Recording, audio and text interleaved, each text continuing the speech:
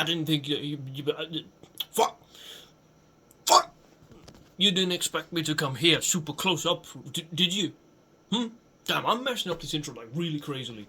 Anyway, it's Petrol T, and today's, oh my goodness, this fucking phone is so racist. Because of the fact I'm brown, I go up here, and it's like, it actually like brightens up everything because of the HDR. I'm too brown, guys, I'm too brown. The camera literally has to brighten up the thing to the point where you can't even see it. It's ridiculous. I gotta go half.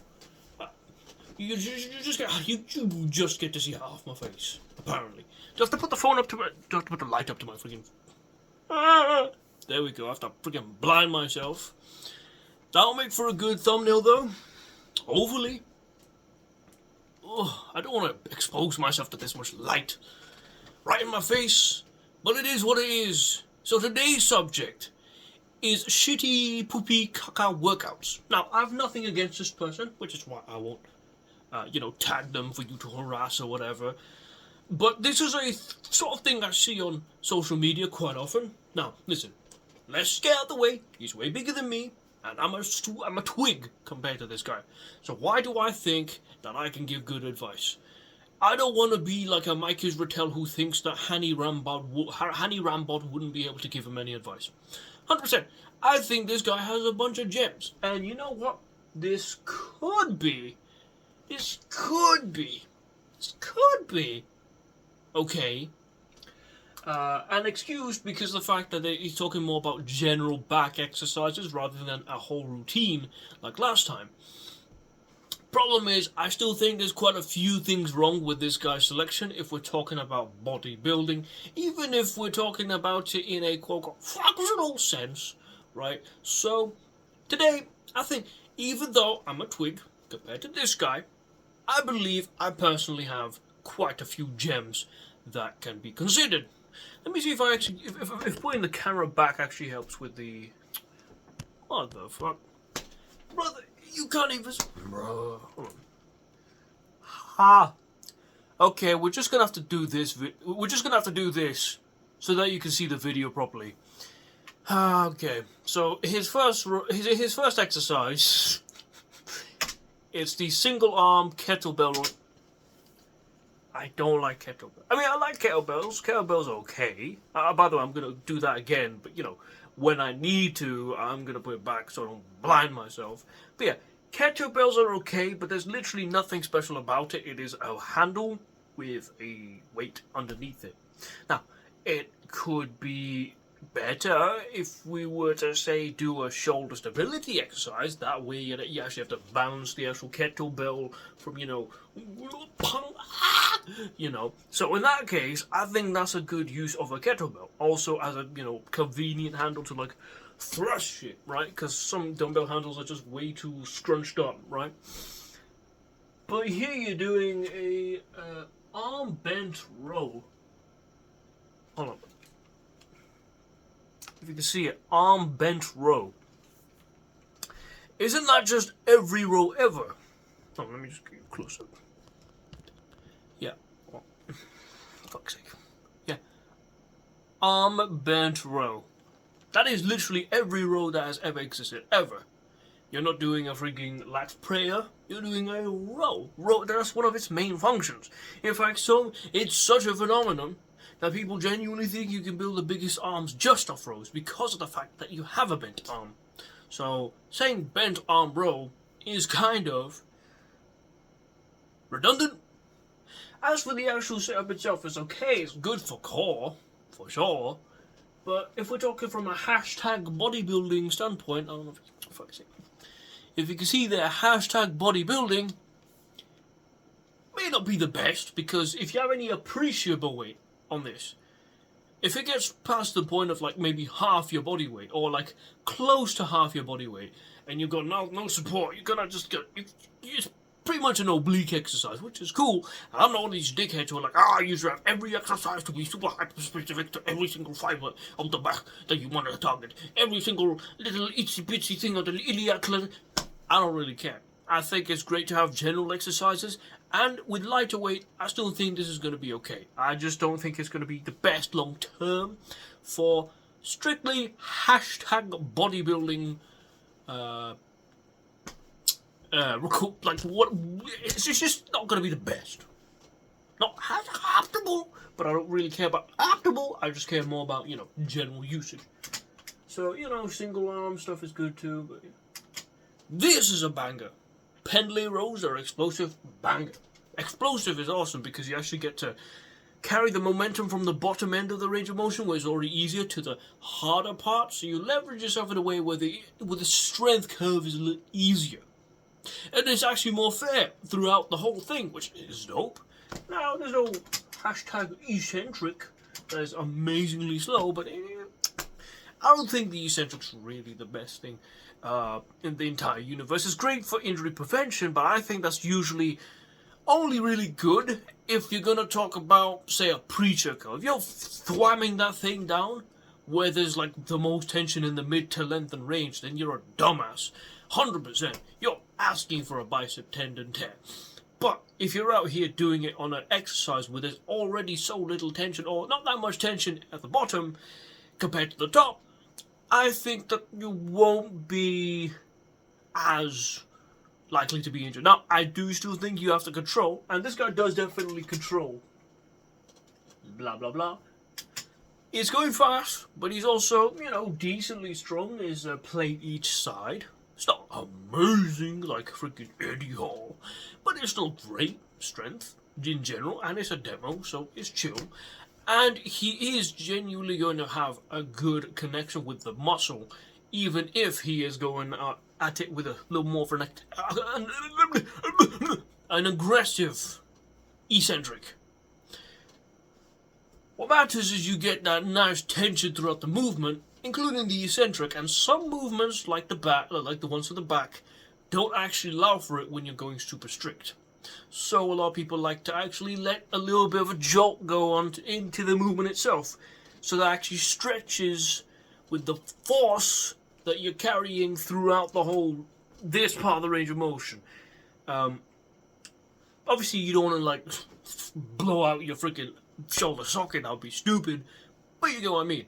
Matt Hanselman talks about this, and though I'm not necessarily sure if I can agree with absolutely every single thing he says, because there's multiple people in his same level of expertise that say completely different things. I think that's something to, think about. It's not popular to think about, because a lot of people are like, you have to go for a 7 billion second eccentric. Well, not really. Not really. And in fact, there was a study on bicep curls, or something like that, where the faster eccentric actually got better gains. It was a cheat. I think it was a cheat curl versus a strict curl. It was a thing but Jeff Nippon made.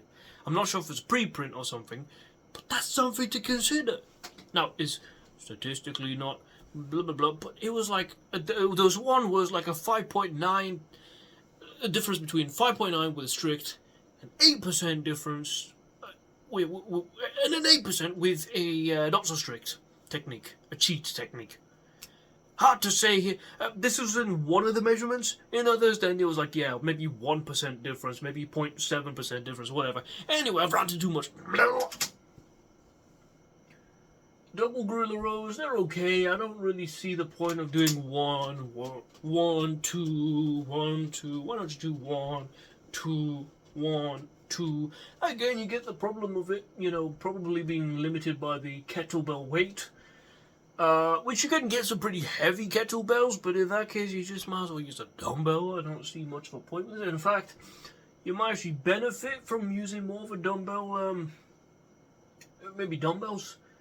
Just a bit more range of motion, a bit more of a stretch on that scapular region. Might be more of a core exercise, though you do have that thing of getting supported with one arm, so I think that improves the first exercise. But here we're starting to see there's a little bit of a repetition in similar types of movements. Alternate versions of the same movement is cool. Variations are also cool, but you get to see that there are just some exercises where they don't make much of a difference to a point where you need to make much of a variation. I mean, you could do it, but blah blah blah, blah blah blah blah. This is money, kind of, but the thing is, you're kind of on a bench and you don't even have your legs to support yourself. You have a bench. But if you got really heavy dumbbells, I don't see this working out too well. You're gonna be like, oh fuck, I'm gonna fall on this side. I mean, I guess it's less of a problem, because at least you're not doing it where you have no weight on one side and all the way on the other side. But I still don't know why you would do this specifically. Isometric contractions at a shortened range of motion probably do still build muscle. I'm not going to be one of these people like, you have to have everything lengthened. But I just don't see the problem. I just don't see really that much of a point compared to doing just the standard dumbbell row, because it's already unilateral. It's already separate between each hand. It's not like you do one side then the other side for different. This is good for grip.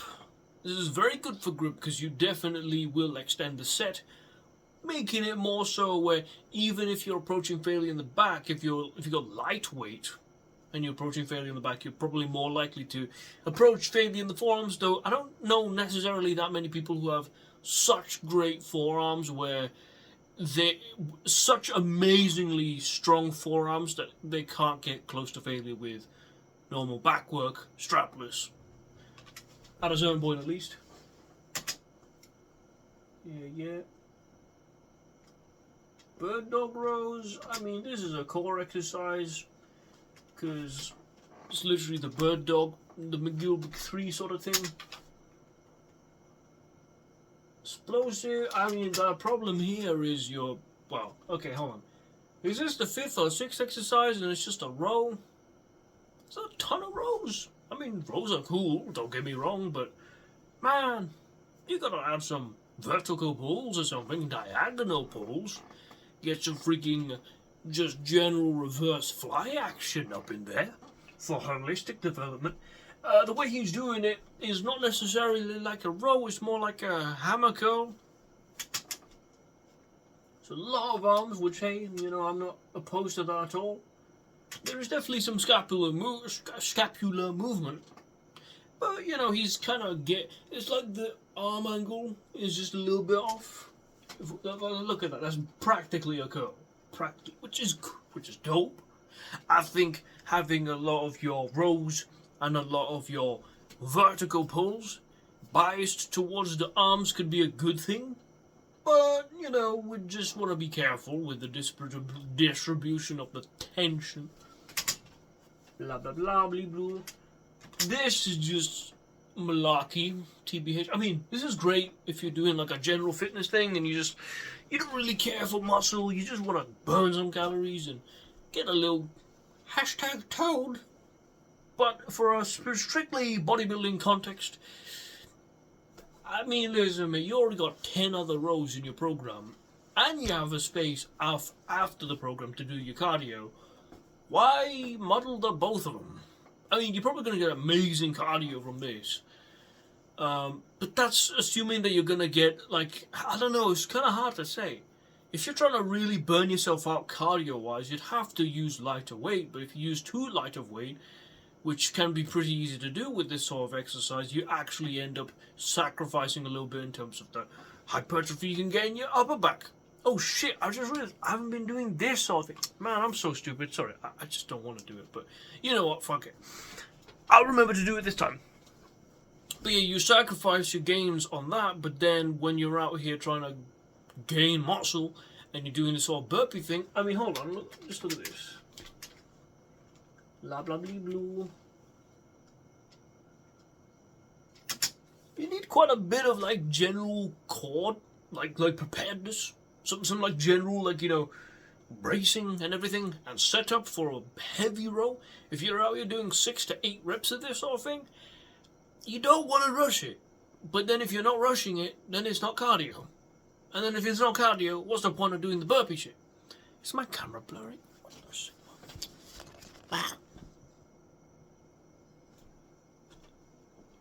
Okay, good. Single up, you've already done this. Ah, fuck. Ah! Okay, you've already done this. This is kind of getting repetitive. Fuck me, man. Finally! I'll pull up. What's this? The 17th exercise, goddamn. Classic. Though I do have a feeling he's probably not going to actually talk about a lot of the variations within the, but he really loves his rows, which is cool, is fine, but my good God, it took this long to get to a pull-up. Okay, so a pull-up doesn't specify what. It's weird, he doesn't specify wide grip or chin-up, or anything like that, or wide grip, chin-up, or L-sit, like he's done with all these rows, but then he has a trillion variations of a single arm dumbbell row. Or a cable, oh no, not a cable row. He hasn't even talked about a cable row yet. Talking about the kettlebell, I mean. He's doing one again. Plank rows? You've already got the bird dog rows. That's practically a variation. I mean, the thing is, it's like it says 10 back exercises to add to your arsenal. I just hope people realize you don't have to add every single one of these. Which, you know, sounds stupid, and it's going to sound like I'm accusing this guy of something he's not actually talking about. But when I was a noob and I saw, like, you got to add this to your program, I would be like, fuck, I got to add this to my program because this guy said so.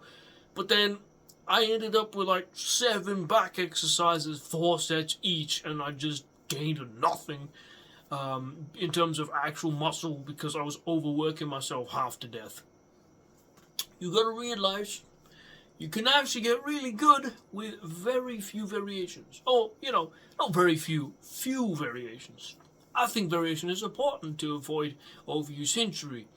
But at the same time, you should not be out here abusing every single variation ever unless it's very calculated and within a cycle, like in conjugate. Because if you're out here, like, just doing random willy-nilly bullshit, you're not going to get neurologically adapted anywhere near as fast or get the same gains that you should be getting from these workouts. How do I ever keep doing this shit? Okay. La la la. And that's it. Now, that's cool. That's fine. Ish, but there was a ton of rows. There's like 10 back exercises. 9 of them were rows. 9. 9 of them were rows. Now, I might do myself a video where I actually talk about my favorite back exercises. It won't look like this. Now, I will say some people might call me a hater. Oh, he's not doing anything wrong. And that's not really what I'm talking about. It's just more like the redundancy. Now, it's kind of hard to talk about because as it is, as they are like similar variations to a point where maybe within the muscle itself, it's not super neurologically shitty-fatty. You still see stuff where it compromises potential hypertrophy in the upper back. Like doing a plank. Who's going to tell this guy you're going to get pretty good core development anyway from rows? I mean, you're not going to get amazingly super ridiculous 5-inch thick abs just from doing rows. Don't kid yourself. Unless you're a genetically enhanced or whatever, not genetically enhanced, you know, the genetic elite where you can get abs just from farting too hard, right? A lot of you will need to do, you know, proper ab work, and in that case actually will refer you to Sucking Your Own Nuts for Hypertrophy, the video that I've actually got on my channel. You just need to go a few videos down. If I do this and you see this in like the year 2059 or whatever, it's just like the 3rd video behind this one or whatever. But you still develop quite a bit of core strength from just holding onto the weight. In fact, that's a problem for a lot of people. A lot of people actually avoid a lot of these barbell movements because of the limiting factor, which it can be valid in a certain context, but at the same time, if we're talking about a fresh lower back with absolutely all the room behind it and in front of it to do the exercise, you should be able to have the core rigidity to do the exercise. If we're talking about just general holistic development, but not only that, actual, you know, if we're talking about the most attractive muscles, the butt, the lower lats, the spinal erectors, That shit needs to. I mean, you want to get like a ridiculously good posterior chain. Barbell rows are they're king for that, or at least maybe not barbell rows. The same type of barbell row as everyone else is doing. I mean, for you it'll work. For some, they may not. Maybe they won't get that much lower back development anyway, or posterior chain development. Maybe they're too fatigued within their own within their own routine. I personally really love the T-bar row. I'm surprised this guy hasn't talked about the T-bar row or whatever. Whoa, that's just amazing for the posterior chain. Beautiful. But like, if you do that with a little extra hinge, oh, so good. And you get like the traps, the lats, just spinal rectors, rhomboids, pummeled like that. Just, bro, I don't even need to do that much more back work after that. It's ridiculous. The amount of, it's just like a shotgun. It's a shot. Redonkulous. Right. But yeah, like doing all these plank variations, it kind of already compromises your back gains, because at a certain weight, you have to actually work around the weight. This is what people don't get when it comes to weightlifting. You can't treat double your body weight or half your body weight or whatever's our body weight the same as like 10 pounds. 10 pounds is very easy to control. I could do a limbo stance and do a 10-pound chest fly all day long. I mean, it'll be hard, of course, but you know, but then try add the weight to that. You won't be able to do it. You won't be able to do it because of the fact that you don't have the support to handle something that is increasingly getting closer to half your body weight. And when it gets to half your body weight, I mean, think about the reason why a lot of people who do tricep extensions need to have a weight belt, have to actually weigh themselves down. I mean, they actually have to get like a bench and hook their feet under, like the thing that you hook your feet under with a bench, and do it like that to be able to do those tricep push downs. Some people do it on the freaking lat pull down machine for a reason. Now, that, with that being said, imagine you then did like a tricep push down, but you put your leg up like a flamingo. It's not necessarily neurologically different for the actual tricep, but the coordination factor is kind of crazy. And so you've got to lower the weight for that, and you have to keep track of that, and then also at the same time, what if you actually get to a point where you're actually pushing heavy weight with your one leg? You might actually end up just, I mean, you might just be hard stuck because you're literally being pulled up over the floor. And so with these certain variations, it's like, this especially. Imagine that weight gets to like 40 pounds, 45 pounds. Well, you know, 45 pounds maybe, but like 45 kilos. Do 45 kilos like this. Just do it on a narrow bench. You're gonna fall over. You're gonna topple over. You're going to go. It's gonna happen. I mean, if you don't do it, you can have the most redonkulous obliques ever, and all respect to you. That might be good if you want to do, like, I don't know if you want to get like the world's heaviest barbell row and you have to train in such an amazing amount of specificity that you do this sort of motion for your obliques and core or whatever. That's cool. I think this is great for like a rehab, especially like a rehab if you got like a spinal injury and you need some way to teach yourself stability. That's totally cool. But I just don't think for hypertrophy's sake it's necessary, especially if we're talking about a whole program. A whole program with a ton of exercises that already involve the core and whatnot, or, you know, could involve more or less the core. Like, it's great to have multiple movers in a movement, but it should not come at the cost of the actual target. So yeah, anything else I can say? Oh yeah, it's like all of these like very simple. Like, here's the thing.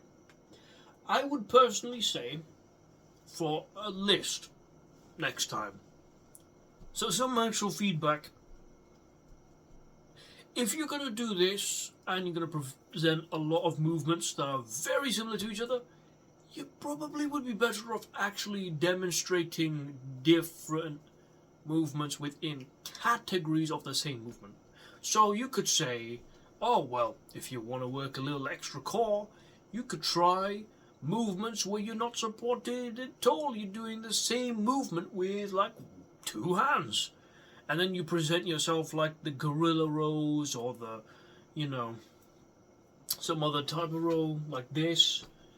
But you can present it as in one category, where it's more about the actual, you know, coordination of body rather than anything. Like single arm rows, you can do. Sorry, I got a hair in my mouth. Like this, this, this. And this. They can all be within the same category or similar categories. This will obviously have to be like in the middle, somewhere, because it's a core movement. It's also single. You know what I mean, though. You know, just single. You can say unilateral rows, unilateral single arm rows, and then just present different variations within that rather than taking up space. I mean, I guess it kind of technically counts as an exercise. I'm gonna sound very like contradictory, by the way. I do realize, because I'm saying that's kind of different and too different at the same time as being too similar. But I hope you get what I mean. You know. They pretty much work the same thing. By the way, the arm angle never really is talked about. It's always the same angle. It's always a lats. It's always like a lat focused row. This might have a little more upper back emphasis because he's more upright. So when he goes up this way, it kind of is just going to have to involve traps. But yeah, there's not really talk about, you know, is it really like... Hold on. This... this,